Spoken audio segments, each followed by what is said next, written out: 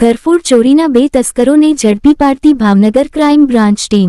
Bhavnagar crime branch ટીમને ચોક્કસ હકીકત મળેલ કે ભાવનગર વાઘેલા રોડ વેજવાડા ખાંચામાં રોડ ઉપર 2 શખ્સો રિક્ષામાં પિત્તળની મૂર્તિઓ અને ગોળનું વેચાણ કરે છે। જે ગોળ અને પિત્તળની મૂર્તિઓ તેઓએ ક્યાંકથી ચોરીથી અથવા છળકપટથી મેળવેલ હોવાની શંકા છે। જે બાતમી આધારે તપાસ કરતા આ શખ્સો મુદ્દામાલ સાથે હાજર મળી આવેલ।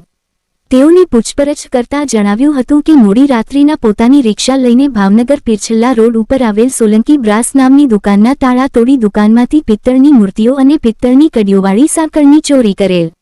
ત્યાર પછી મોડી રાત્રિના રાજકોટ દાણાપીઠમાં આવેલ નિમેશ કરિયાણાની દુકાનના તાળા તોડી દુકાનમાંથી તેલના ડબ્બાની ચોરી કરી રાજકોટમાં વેચી દીધેલ।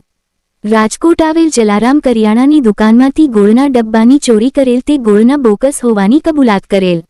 આ અંગે કાયદેસર કાર્યવાહી કરી આગળની વધુ કાર્યવાહી માટે તેને ગંગાજળિયા પોલીસ સ્ટેશનમાં સોંપી આપવામાં આવેલ। આ અંગે રાજકોટ શહેર એ ડિવિઝન પોલીસ સ્ટેશનને જાણ કરવા તજવીજ કરવામાં આવેલ છે।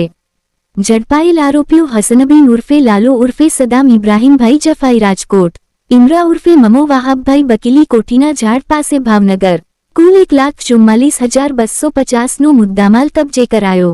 રિપોર્ટ કમલેશ ઢાપા।